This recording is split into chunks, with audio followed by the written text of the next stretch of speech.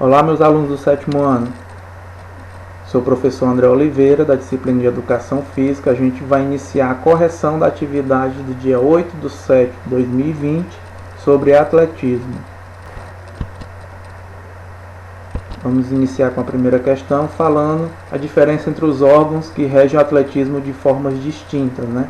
A IAAF, a Associação Internacional das Federações de Atletismo, é o órgão que gera o atletismo a nível mundial.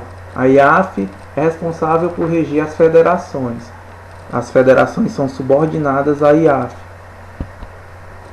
E a CBAT, que é a Confederação Brasileira de Atletismo. Assim como o futebol tem a CBF, né, o atletismo tem a CBAT, que é a Confederação Brasileira de Atletismo, é o órgão responsável pela organização de eventos, planejamentos e normas que regem o atletismo no Brasil. Aí eu coloquei aqui até o futebol para tornar um pouco mais fácil. Por exemplo, a CBF organiza o Brasileirão, né, o Campeonato Brasileiro. E a Confederação Brasileira de Atletismo organiza todas as competições de atletismo a nível nacional, tudo organizado pela CBAT.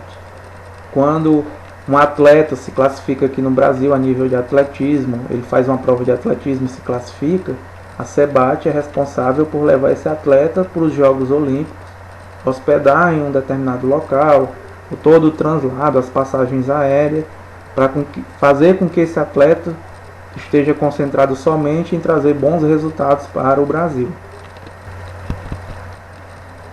A segunda questão: de que maneira as provas olímpicas de atletismo podem ser divididas? E aí a gente está vendo a pista e as provas que podem acontecer nessa pista, né? São divididas em provas de pistas ou corridas. Essas corridas são feitas nessa parte mais amarronzada, somente na pista, né? As provas de campo, o nome já está dizendo, são realizadas dentro do campo, nessa parte mais interna, todas essas partes coloridas. As provas de salto são nessa parte azul, né?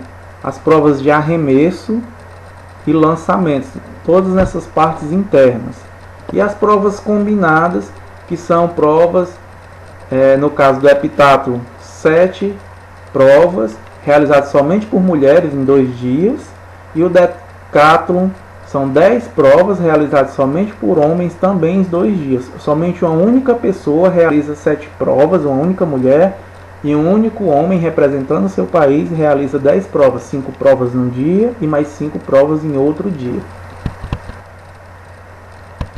A terceira questão: assinale a alternativa que corresponde à prova olímpica rasa de fundo mais longa.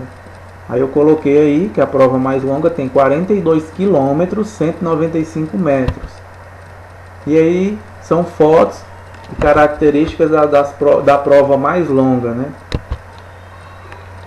As opções: decathlon, 4x400, maratona e marcha atlética.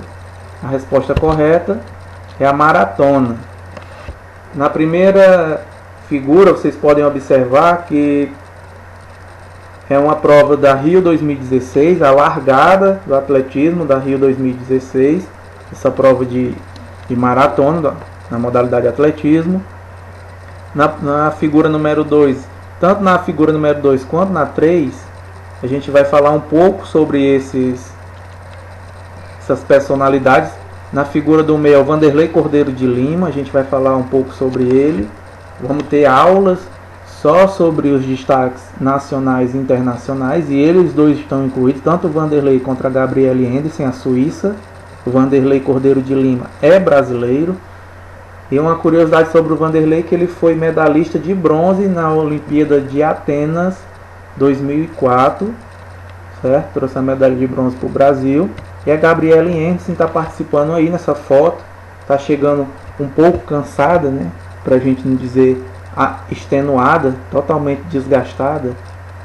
Na primeira prova que teve da maratona feminina, foi a primeira vez que teve maratona feminina em 1984. Nas Olimpíadas de Los Angeles em 84, a gente vai falar um pouco sobre o que aconteceu nas aulas posteriores. Espero que tenham gostado do dia 8/7. e fiquem atentos às nossas próximas aulas.